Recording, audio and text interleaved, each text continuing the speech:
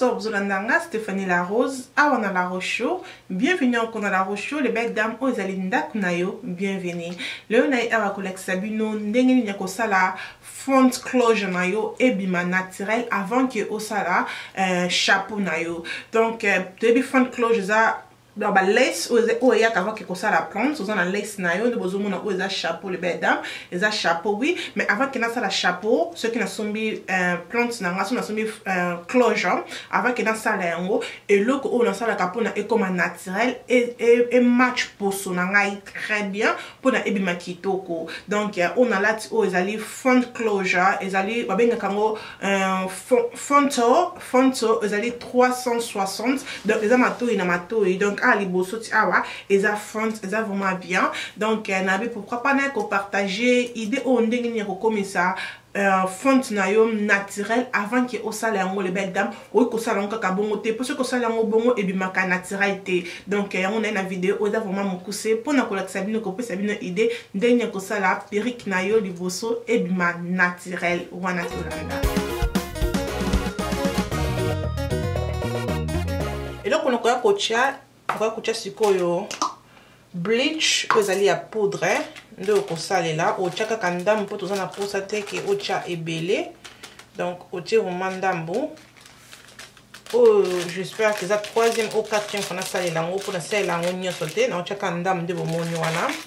donc naye pembe na caméra ndambu kaka boye après nakoya kozwa mai oyo ya True Zone yango nde nakoya kotia yango donc mai ozala kaka pona ko utiliser ngo na bleach donc tu dois mélanger o tia pe mai mingi te yo moko bon mona kaka quantité donc ozo balusa ko balula ngo le belle dame et comme biso boye eza kilo makasité donc yo moko mona le komi biso boye lokola manteka wa ko zo less na biso ezali ya 360 donc eza ya matoi tina matoi babinga ngo 360 less donc yango ne to ka kozwa laisse monsieur Zabo toko balolango baloliango bien tozo chia bleach na brésilien te tozo chia bleach kaka na lace ndepes to chia bleach c'est mieux to salela na biso ce qu'on salela oyo ezaka kana yo brosse oyo problème ezate mais nga na salela mbeli ne wo mona boye ya onde na utiliser na chia ngo boye nde to chia manteka na lipa. On doit chia bleach, on doit forcer en côté, on doit finir, on doit chia kaka likolo, nde ozo pakola, on doit finir que non écoute pour ceux qui écoutent c'est pas ceux qui non ezali et ko baby ça, mais il faut changer couleur il y a plante na yo, donc on doit chia kaka likolo.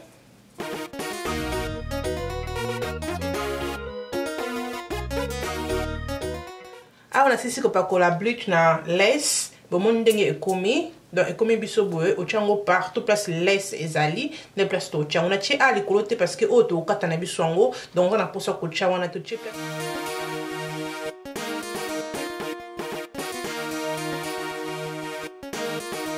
que les belles dames après on a to vérifier ceux qui na biso na katikati awa pour total ceux qui bleach ezui bien ezuité donc bozo mona ana ceux qui nanga bleach ezuité donc bleach ezui ka na laisse donc on ça on cha bleach non les belles dames zala vraiment careful zala prudent pour na suki ebe baté donc couleur suki no ebe baté donc toti kango bo sco pour na 15 minutes. Après 15 minutes les belles dames donc nesko ko sokola fond sonanga pona kolongola yango bleach o na chaki ok ko sokola ngo wana na kosala ngo na bathroom et là qu'on a ça la bosse no ko chali bosso shampoing na bosso mona c'est la shampoing o me na linga ngo pe bien donc na ko shampoing na des fois pona kolongola bleach na bien na lace na yo o sokoli yango pona ko la shampoing o ya silver shampoing o za na couleur à mauve donc ezala ka bien ce ko couleur na yo o sala shampoing à couleur à mauve et bimisa ka couleur no so bright donc bimisa couleur no makasi ezala ka bien na ko sala nkamba moko pe na longoli yango apona na ko tia siko conditioner après to ko pakola conditioner pona ko lembisa suki na biso to ko tika ngo boy pona 10 minutes et to ko sokola suki na biso. Ok que le bel dame pour mon laisse nanga ekomi donc comme vraiment na couleur moko ya bien pour so tchongo na mutu au mona ki na tapé na caméra sali couleur pour ça et qui na poso nanga donc on les a la bien d'abord il faut d'abord au bleach yango avant que au ça la plante na yo après on a le bel dame monde fonto couleur ekomi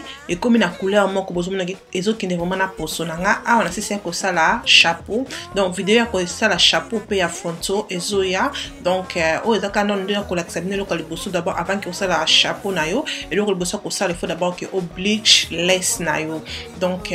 vidéo ezoya comment na sala ki chapeau oyo chapeau on a tango na vidéo na che colté donc on la tango boye ko cha colté liboso so ko lingi mais ce que ça ko zo benda ngo ba noani et tout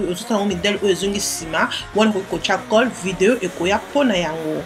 Merci na bino nyonso bandi nanga neba nepe bokomi nanga na suka nzambe ya pambola bino nyonso ko bo santi so communiquer vidéo o e bakisi implice na mutuna yo ko aimer yango e ko sala ngai bien pe ko bo santé ko partager yango e ko sala ngai bien makasi ko bo santé ko landanga na Tukongo na Sepela TV. Merci na ba boss produce, merci ne mutolanda kangai wana tukutani à la prochaine Tinate